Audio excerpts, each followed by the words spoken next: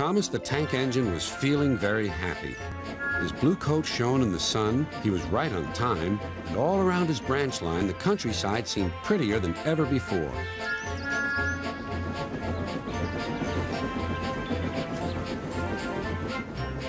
Beep, beep. Good morning, Percy, he whistled. My branch is the pride of the line, wouldn't you agree? Yes, Thomas, of course, but what, Percy? Out with it.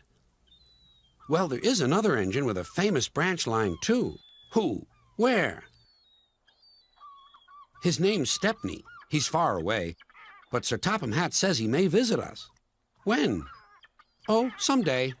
And Percy hurried away. Meanwhile, Stepney was puffing steadily along his line. It isn't very long, and that made him feel a little sad. Later, he saw Rusty. The little diesel had helped save Stepney from scrap. Everyone's been so kind. But my railway is so short, and I do miss a good long run. I think you should tell Driver too, replied Rusty. I'm sure he'll understand. Stepney soon discovered that indeed he did. Do you know, Stepney, I feel just the same way. That evening he had exciting news. Guess what, Stepney?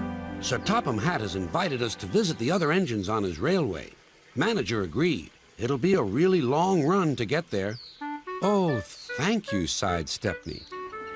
They set off next morning. By now, all the other engines were talking about Stepney. He runs a famous branch line. Did you know that? Said Percy. Thomas was feeling a little jealous. Huh. It may be famous, but my branch is the first on the line. Everyone knows that, too. And he huffed away to fetch his coaches. Look, squeaked Percy. Why have they all come? There's no train yet. But Percy was wrong. The signal dropped, and from far away an engine whistled. Here he comes, yelled Douglas. Stepney puffed proudly through the junction.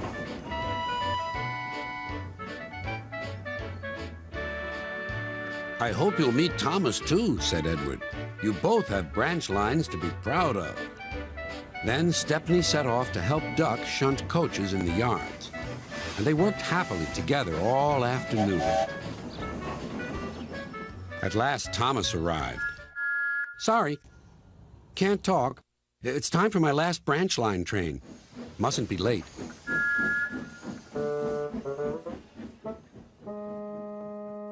He was hardly out of sight when the engines heard shouting at the station.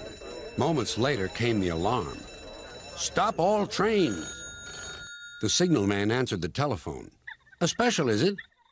I see. Thomas was impatient. Why are we waiting? My passengers are being delayed.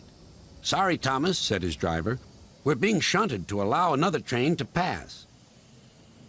Soon they heard an unfamiliar puffing sound.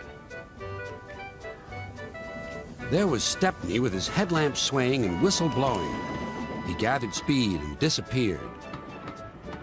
Well, bust my boiler, said Thomas the Tank Engine. Next morning, he was still fuming. Shunted, and on my own branch, too. It's a disgrace. I'm sorry, said Stepney. I was a special. Why? An important passenger arrived just as you left. He ordered a special train, and Duck let me take it. We had a splendid run, but, finished Thomas, it can make an engine nervous not to know the line. Exactly, said Stepney. You're such an expert. Thomas felt much better. He couldn't be cross anymore and began telling Stepney all about his branch line.